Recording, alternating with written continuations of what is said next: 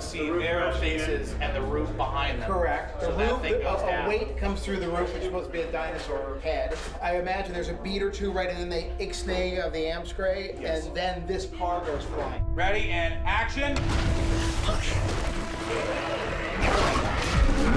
Action, we'll do the push and the hand up. Once the dinosaur lands right here, he's on top of the guy, right? So it's like, boom, right in our face. These really incredible and wonderfully talented people who are the best in the business have created dinosaurs that look better than anything you have ever seen in your life. These dinosaurs have personality and life, and we created real characters with them. It's bigger than me. It's bigger than what we did. It's spectacular. The dinosaurs just look a lot more realistic than they ever had been before.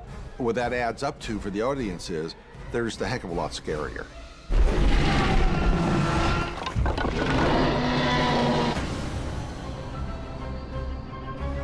Ready, and action. Crash! It all starts on the set. It all starts with how the dinosaur is going to fit in the scene and even how the actors are reacting to it. They have to know just where to look. They have to know what degree of fear they're supposed to be. So we do what we can to make that part of it the best it possibly can be, so we've got the best material to work with.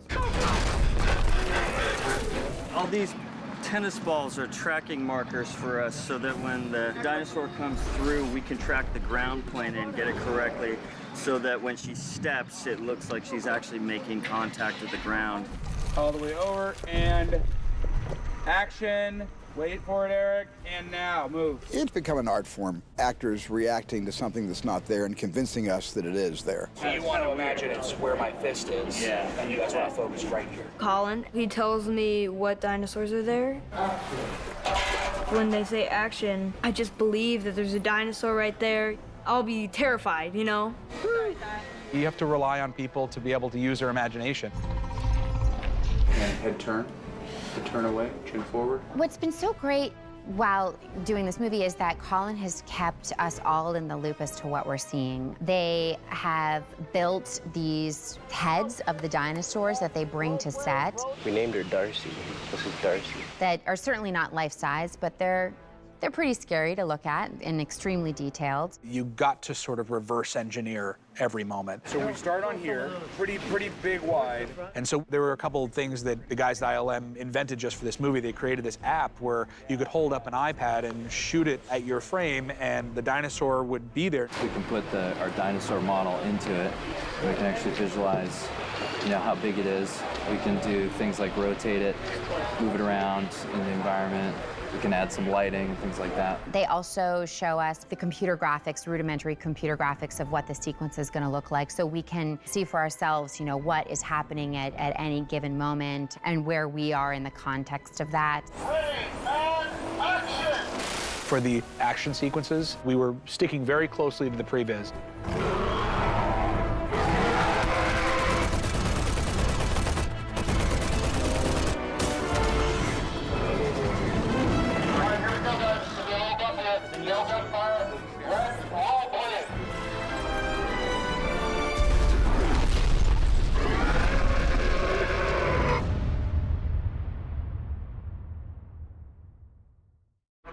Okay, here we go. Roll, please, rolling. What if we make like a little circle here with like pink string or something that everybody stays out of that circle? We're not going to live happily ever after with the dinosaurs. 3, 2, 1, go. That's not going to happen. So you know that there's going to be some kind of interaction with dinosaurs. Just run straight there and be like screaming. Ah! And then it's going to yank. ILM's going to go, no, he's going to be over there. We're going to move him this way, and then he's going to hit you here. And so definitely a collaboration with them. Go! And that's a little bit of the hard part because, you're interacting with something that's not there. You're a little dizzy, though. Yeah, you'll be all right. And so a lot of the stuff we did was trying to recreate of how a body would fly if it got hit by a dinosaur and all those aspects that nobody really knows and just kind of trying to create it. Hey everybody, my name is Colin. I'm the director of this movie. I just want to let you know you are really running from dinosaurs right now. This is actually happening. So if you were ever really afraid of anything, this is real. Believe it, you're not acting. Find that fear. For the Pteranodon attack, we had days where we had, hundreds of people out on the main street, screaming, yelling. It's gonna get really crazy in a minute, really crazy. On those same days, we actually had 20 to 30 stunt people that were dressed up like the other tourists, and we had them do some pretty specific actions for things that we thought we would want to hit later.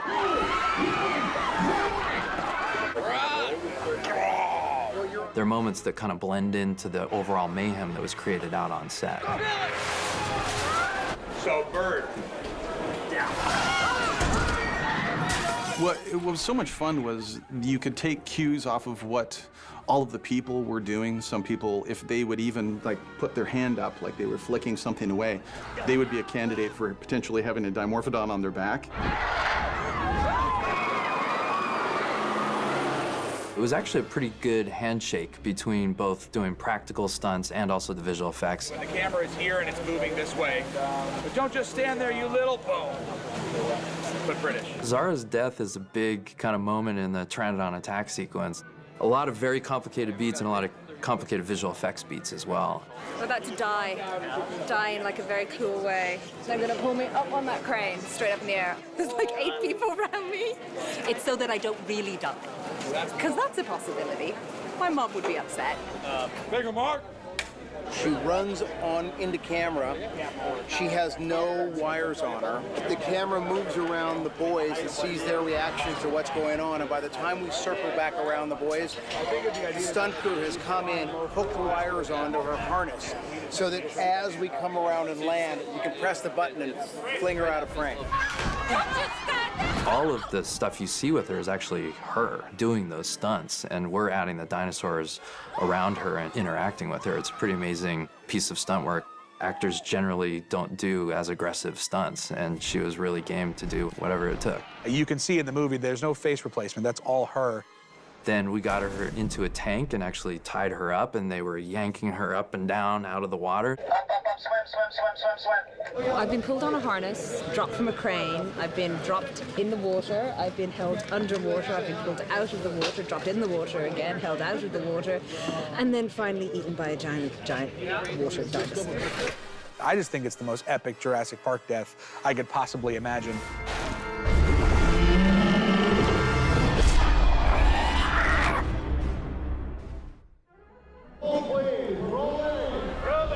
During this Pteranodon fight on Main Street in front of those hundreds of extras, Hey camera, take 2. I'm fighting an imaginary dimorphodon. Halfway through they say, pause. Marty, one of our stuntmen, runs over, jumps on top of me and starts going, ah, like this as I'm choking him. So now I'm fighting Marty. So I'm scared because Marty's giving me this scary look. What was really nice about that dinosaur is because it's a human size, we could replace that person afterwards with our CG dimorph. Reference dinosaurs, reference raptors, guys that'll be wearing these gray suits and this raptor heads. That will help me as an actor. It'll also help the animators in terms of having a reference, a real eye line, something real and physical that you can look at and react to. You're gonna be working together, so it'd be like wolves or trained dogs that are all moving up to a point and looking around trying to find their prey. Anything that's a little bit more bird-like is helpful. So instead of doing a head turn like that, if it's There's one direction, just don't look silly. You weigh reality and drama, just kind of intuiting these really fantastic creatures that probably had a certain level of intelligence and imbuing them with a personality. And action! Oh, shit! Easy, boy. It's different than just working to a mark for an eye line. You're actually working with the raptor. So you know where their eyes are and you know their movements and seemingly just like a raptor. A lot of actresses won't even do their off-camera stuff. Bryce not only does all of hers, she does all of the dinosaurs off-camera as well. When Owen has his moment with Blue, this is what he's seeing right there. The actors with those raptor helmets, they have to be able to get into the mindset of how a raptor moves and the predatory qualities that give the actors visual cues to make them even scarier. Okay. All right, good. The animators back at Industrial Light and Magic are going to try and make them feel like real animals. That's really, really important to Colin on this film. Cut! Great. Open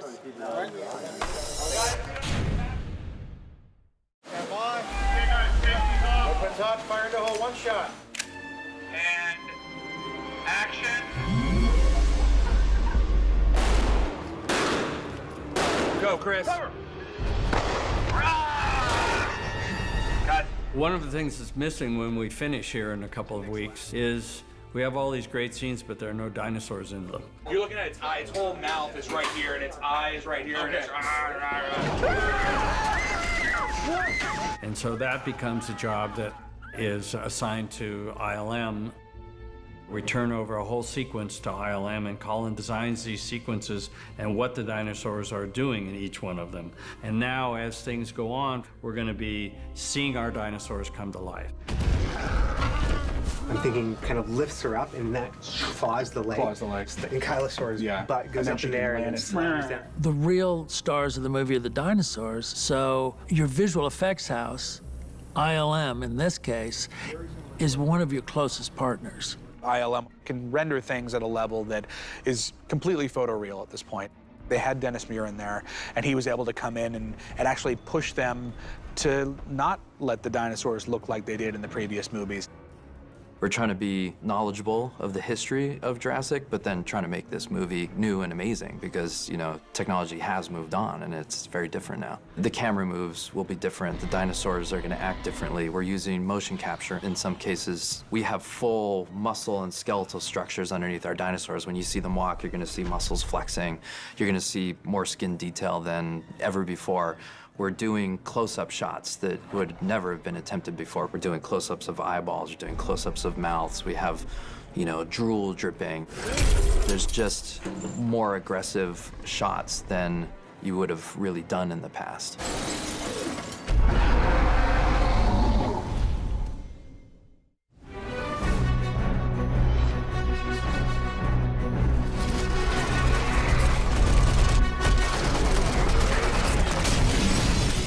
The Indominus Rex is our new animal that we created for the film and was going to take us through this adventure. The thing that I really like is how deep that goes and how hard these lines, how hard the eyebrow ridge line is. The properties of the Indominus Rex came from the needs of the story and ways that we would be able to make its genetic makeup the key turn of the narrative. What we did is make sure that everything that it can do is an attribute of some other animal in the animal kingdom. And so if you're going to have it camouflage, make sure it has cuttlefish genes or something that can camouflage that's in it. How do we make something look menacing? How do we make her look really menacing? The teeth would always be exposed, like a crocodile. We pulled the chin out a little bit more, which gave it kind of that underbite, which really adds to that feeling of menace. And then the other thing was sort of like the shape of the eye, the size of the eye, the color of the eye. It's based off of a goshawk, which is like a North American bird of prey. So there was all these things that we were doing, taking from the natural world.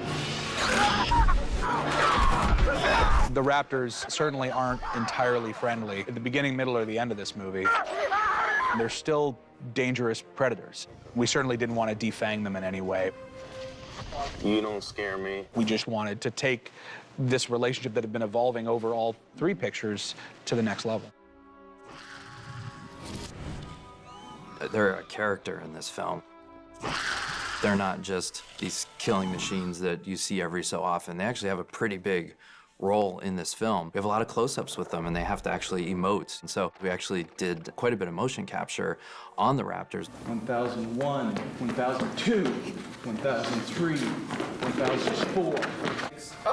Hey! It was a new kind of interesting thing for us to do because they're not human at all, and we're motion capturing humans to be raptors. Oh! In our initial test, it actually gave us some really interesting and neat behaviors that oftentimes are hard to kind of keyframe that you get out of motion capture. Another one of our new dinosaurs was the Mosasaurus, and Colin really wanted something in water because that would set it apart from all the other dinosaurs we've seen. We really haven't seen one in the water. Okay, folks, let's see if she's still hungry after already eating today. I showed you this image of the Mosasaurus coming out of the water and eating a shark. And I kind of realized in the moment, oh God, he's eating a shark. Is Stephen going to think that I'm making some kind of statement about Jaws here? And I wasn't, and you were on board with it. We did some initial studies of how it would come out of the water. Well, if you look at a humpback whale, it weighs 50 or 60 tons, but it's very easily able to breach and come completely out of the water and splash back down. So it's not impossible for an animal that size to be able to do what we're seeing the mosasaur can do.